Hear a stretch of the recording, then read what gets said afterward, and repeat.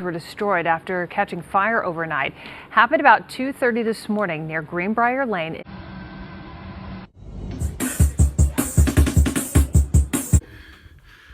Well. What we got here? Some certain models have been banned in the US because of some security concern about EVs being remotely used as remotely hijacked. But the trouble is, in my opinion, they all got that downfall because it is electricity, run by electricity, completely. Also, there's a computer in there too that can also be hijacked by people who want. It can also be hijacked by people remotely. Come on. People need to wake up and smell the coffee about these vehicles. These vehicles should be banned. In my opinion, they should be banned because they're just simply no good. Or we will have, like happened on Netflix. On Netflix about a year ago, there was a movie on about hijacked EVs being smashed up in a freeway. And that, in my view, if we do not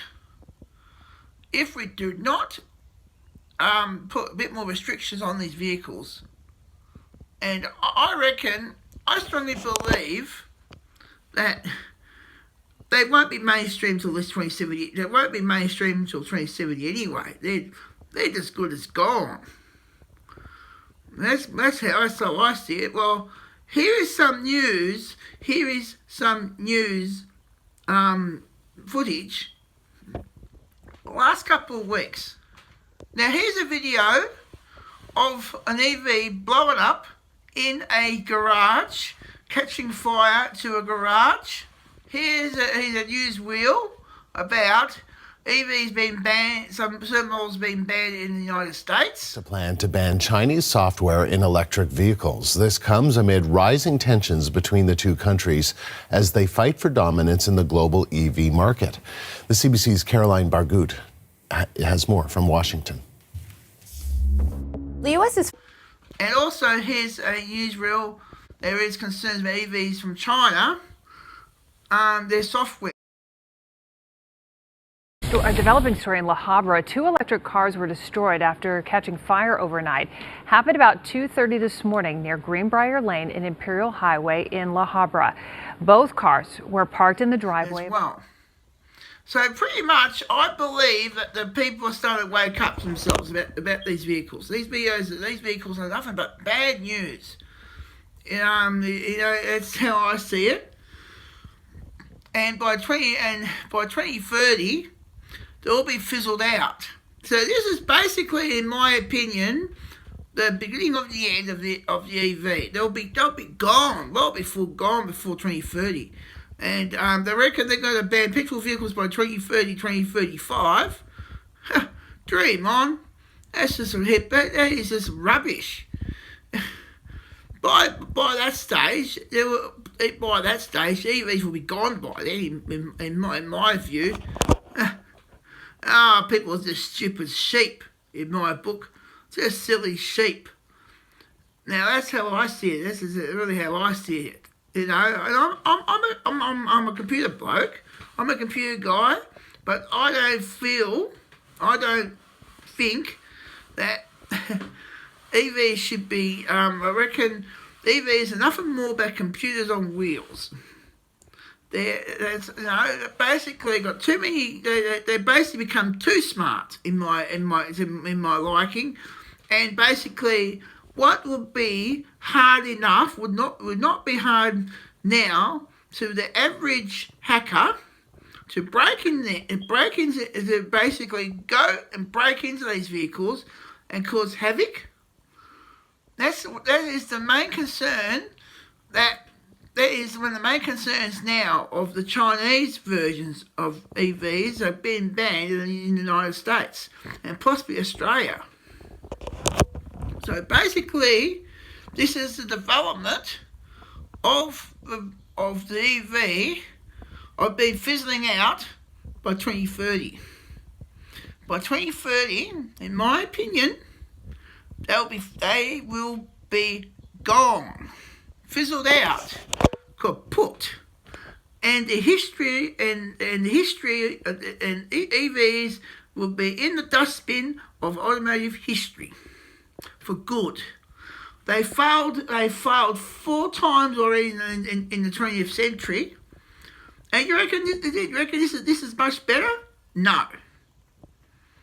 It just shows me that these vehicles are basically a menace in my book. They should not even be on the road, in my opinion. Because one thing, they have a habit of potentially to combust on their own. Look, people need to face the facts. They need to go. A major concern is the location of charging stations, often in garages and underground or multi-storey car parks. And when it comes to putting out a blaze, the union says a typical combustion engine car fire takes between 1,100 and 1,400 litres of water or foam to fully extinguish. While a fire in an electric vehicle, which involves the batteries burning at a much higher temperature, can take up to 30,000 litres of water to put out completely. So then there's the question of where do you get the water? And what do you do with that water once it's contaminated? And how do you get that water into something like a multi-storey car park? Hey boy, here behind me is where the Plastics Wonders docking stations are, for their little Plastic Wonder little charging, for their Plastic Wonder charging convention over there behind me there. So there's about at least 8 spots there, and that's how I feel it's going to stay. Within 5 years, they're going to be removed. Anyhow, thank you for watching today's video. Please give it a thumbs up, leave a comment and subscribe. And prevent the worst case scenario. Emma Thompson, ABC News, Canberra. Hey, how's everybody? Thank you for watching today's video. Please give it a thumbs up, leave a comment and subscribe. EVs need to go. All dressed up and nowhere to go. 2,000 Teslas arrive here at Port Melbourne every month, but there's no buyers to take them home. All of us. Thank you for watching today's video. Please give it a thumbs up, leave a comment and subscribe.